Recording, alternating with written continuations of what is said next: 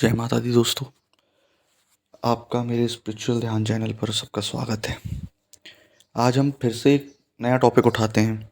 ज़मीन का काम या गड़े हुए धन की देख के बाद पार्ट 2 ये है कि गड़े हुए धन की आपने देख करना तो सीख ली। जैसे मैं बताना चाहूँगा, देख करने के और कई सारे तरीके हैं। कई लोग चूने को अभिमंत्रित करके डालते हैं। तो चूने को जो अभिमंत्रित किया जाता है वो हिंदी व मुस्लिम करीने दोनों से किया जाता है। तो उस चूने को अभिमंत्रित करने के पश्चात जिस स्थान पर आपको लगता है कि यहाँ पर गड़ा हुआ धन है, तो आप अगर उस स्थान पर डालें तो वहाँ पर आप देखेंगे कि वो चूना लाल पड़ने लगेगा, कलर बदल लेगा। तो वो साधना भी है हमारे पास, उसका मैं आपको बताऊंगा सिद्ध कैसे करना होता है। चूने को सर्वप्रथम आपको ले लेना है। उसका एक स्वयं सिद्ध सापर मंत्र होता है, या फिर आप होली, दीपावली, अमावस, पूर्णिमा में उसको जगा कर अभिमंत्रित कर सकते हैं। तो उस मंत्र को मैं आपको बता दूंगा बाद में व्हाट्सएप वगैरह पर। लेकिन आज का जो टॉपिक है वो ये है कि गड़े हुए धन को देखने के बाद हमें पता तो चल गया, जैसे लास्ट टॉपिक में मैंने बताया था कि आपने जानकारी तो ले ली कि गड़ा हुआ धन कितनी गहराई में है या किस दिशा में है, कितने हैं, कितने फीट में है। तो वो चीज़ है, लेकिन गड़े हुए धन की बंदिश या उसका बंधन या कीलन वो कैसे किया जाए, और उन शक्तियों का नाम प्रमाण क्या है जो ये काम करती हैं या कर सकती हैं। देखिए, सर्वप्रथम मैं बार बार बोलूँगा और अभी भी बोलूँगा कि उस चीज़ को समझिए कि गड़ा हुआ धन, जैसे लोग बोलते हैं कि मटका रखा है या बटुआ रखा है या जो भी सामान रखा है वो ऊपर है, नीचे है, वो हिल डुल रहा है या जो भी कर रहा है, हमें उससे मतलब नहीं होना चाहिए। उसकी गहराई, उसकी दशा देखनी है। मैंने जो आपको केले के पत्ते का प्रयोग बताया वो कर सकते हैं। एक प्रयोग और है जो राई का प्रयोग होता है। आपको राई लेकर उसे अभिमंत्रित करना है। 7 से 21 बार आप अभिमंत्रित करेंगे, जिस स्थान पर डालेंगे तो वो आपको आधे से 1 घंटे के अंदर इकट्ठा उसी स्थान पर हो जाएगी, या फिर गूंजने या चटकने जैसी आवाज़ आने लगेंगी। वो सब चीज़ें आप लोग के पास होती हैं और हो सकती हैं, अवेलेबल रहती हैं, आसानी से मिल जाती है। तो गड़े हुए धन की देख करने के लिए हमने बताया है जो तरीका, वो आप कर सकते हैं। अब देख करने के बाद बंधन, आप बंधन बहुत से तरीक़ों से कर सकते हैं। कई लोग शराब, नींबू या किसी चीज़ से करते हैं। सर्वप्रथम जो आपकी मूल देवी है, मूल देवता हैं, उन्हें आप आमंत्रित कर लीजिए। अब आमंत्रण आपको किस तरीके से देना है, हल्दी, चावल, सिंदूर और जो भोग उनको लगता है सात्विक या तामसिक, आप उस तरीके से उनको आमंत्रित कर लें। लाइक जैसे आपको कामाख्या को आमंत्रण देना है, तो जिस स्थान पर उनका छोटा दरबार है या आपके घर पर उनका जो दरबार है, वहाँ से आप उनको आमंत्रण देकर प्रार्थना करें कि हे माता, आप मेरे साथ चलें और वो काम को सफल बनाएं। तो सर्वप्रथम गड़े हुए धन को, मुझे ये नहीं पता, वैसे बता रहा हूँ कि लोग किस तरीके से करते हैं। मैं जिस तरीके से करता हूँ मैं वो तरीका बता रहा हूँ कि मैं उस शक्ति को, अपनी शक्ति को घर से, शमशान से आमंत्रित करके उस स्थान पर ले जाता हूँ शराब के ज़रिए या भोग के ज़रिए कि माता तू यहाँ पर बैठ और तू हम लोग सबकी रक्षा कर। सर्वप्रथम उस शक्ति को बैठाया जाता है। जो दूसरा चरण है, जिस इलाके या एरिया में बैठे हैं उस इलाके या एरिया को कवर करना, सील करना, कीलन करना, बांधना, वो किया जाता है। आप चाहे पानी, सिंदूर, कपड़े जो होते हैं, घरिया कपड़ा कहते हैं जिसको, उससे कर सकते हैं। शराब, नींबू, बहुत सारी चीज़ों से किया जाता है। अष्ट दिशा या फिर 10 दिशा जो लोग बांधते हैं, जिस इलाके या एरिया में जिस स्थान पर सामान है, जिस स्थान पर गड़ा धन है, उसको 10 दिशाओं को बांधा जाता है। उसकी एक साधना होती है। सर्वप्रथम अष्टभैरव से भी आप काम ले सकते हैं। अष्टभैरव को अगर आप चलाएं और उसे सिद्ध करें, तो अष्टभैरव को आप सिद्ध करके 8 दिशाएं बांध सकते हैं। 2 जिसमें देवियां रहेंगी वो बांध सकते हैं। एक तो आपकी मूल देवी, दूसरी भूगर्भ देवी, तो उससे आप उसे बांध सकते हैं। 10 चीज़ों से या देवी या देवताओं से जब बांधने के तत्पश्चात आपको वहाँ पर भोग, मदिरा, सात्विक या तामसिक चीज़ें देनी है जिन जिन शक्तियों का आवाहन हो रहा है।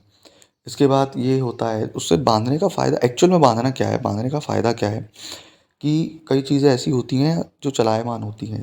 जैसे आप उस चीज़ को थोड़ा डीपली समझिए कि आपके घर में धन है, तो हो सकता है वो चल रहा हो, यहाँ वहाँ आपको छन छन की आवाज़ आ रही हो, एक कमरे से दूसरे कमरे में आवाज़ चली जा रही हो, दूसरे से तीसरे में आवाज़ चली जा रही हो, तो ये सब चीज़ें चली जाती हैं वहाँ पर आवाज़ें।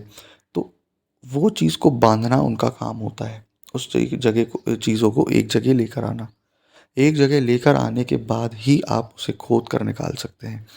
उसकी साधना का इस प्रकार होता है, जैसे आप सर्वप्रथम कोई एक इतर योनि की शक्ति करते हैं, उसके थ्रू या उसके ज़रिए आप कोई एक भैरव, नरसिंहवीर या उस चीज़ को जगाते हैं या सिद्ध करते हैं। तीसरे चरण में आप कोई एक 10 महाविद्या को जगाते हैं। 10 महाविद्या को जगाने के बाद आप अष्टभैरव जगाते हैं। उन नक्षत्रों को पलट सकते हैं, है ना? कई लोग बोलते हैं, कई यूट्यूबर्स को मैंने सुना है, बोलते हैं कि आप अपने नक्षत्र के हिसाब से भैरव करिए या देवी या देवता करिए। आप काली कर रहे हैं, अगर भैरव कर रहे हैं, तो नक्षत्रों को पलटते हैं, उनका काम है ये किस्मत पलटना। उसको नक्षत्रों में बांध नहीं सकते, है ना? गली का कुत्ता नहीं है वो, भैरव है। तो ये चीज़ आप समझिए। उसके ज़रिए आप पूरी महाविदाओं के ज़रिए या फिर एक दो दो महाविदा, एक महाविदा और एक भूगर्भ देवी और अष्ट महाभैरव से आप पूरा कीलन करके, उनको भोग देकर, बांध करके हर चीज़ को आप नीचे से ऊपर निकाल सकते हैं। आपको मैंने पहले ही बताया था कि आपको कैसे देखना है कि गहराई कितनी है केले के पत्ते के प्रयोग से, तो आप वो देख सकते हैं। मैं लिंक डिस्क्रिप्शन में डाल दूँगा। तो इस महाविदा के लिए आपको, जैसे काली महाविदा कर रहे हैं, तो मैं सर्वप्रथम आपको बताया, एक इतर योनि की शक्ति करें। एक इतर योनि की शक्ति की साधना के बाद भैरव करें या नरसिंह करें। उसके तत्पश्चात आप करें किसी एक महाविदा को सिद्ध करें। एक महाविदा को सिद्ध करने के तत्पश्चात आप अष्टभैरव करें। तो ये साधना थोड़ी लंबी है। आपका साधना के कम से कम 3 से 4 चरणों में साधना होगी, जिससे आप ज़मीन का जो काम है, गड़े धन की देख से लेकर उसको निकालना तथा साफ़ करना। क्योंकि अब आपने, लोगों ने आजकल उसको हलवा पूरी बना कर रखा है। लोगों ने निकाल लिया और बोला कि एक काम करते हैं, निकल तो गया है, अब ना इसको अपन धो देते हैं या कुछ कर लेते हैं, इसको बेचेंगे। तो कई बार आपने देखा होगा कि आपको धन दिख रहा है, लेकिन किसी और को कुछ दिख रहा है। ठीक, तो एक चीज़ आप समझिए कि इसे साफ़ कैसे किया जाता है। फिर उसे नाभि तक पानी में बैठकर काफ़ी ज़्यादा देर तक मंत्रों का उच्चारण करके साफ़ किया जाता है। इस कारण से ये साधना 3 से 4 चरणों की होगी। जो 3 से 4 चरण होंगे, पहली बात आप जो करते हैं, तो उस चीज़ में परफेक्शन आना चाहिए, है ना? जैसे लोग क्या बैठे-बैठे उठकर चल देते हैं, हाँ, ये काम करना वो, कभी भी ऐसा नहीं करना चाहिए, है ना? खुद की प्रोटेक्शन, खुद की जवाबदारी होनी चाहिए। रुद्राक्ष की माला, आपके पास कड़ा, गंडा, जो भी आप यूज़ करते हो प्रोटेक्शन के लिए, उसे करने के बाद ही इन सब चीज़ों का काम करने जाएँ, क्योंकि आपको ये नहीं पता कि सामने वाला हमसे कितनी ज़्यादा पावर रखता है। आप अनदेखी अनचाही शक्तियों से लड़ते हैं।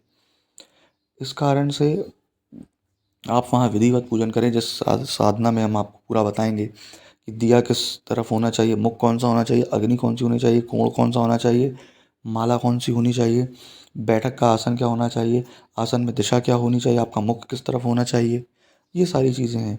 नक्षत्रों में कोई फेर नहीं होगा। नक्षत्र अगर नहीं है, तो आप किस शक्ति का उपयोग करें जिससे नक्षत्रों की ज़रूरत ना पड़े। ये सारी चीज़ें हैं धन की देख के काम में।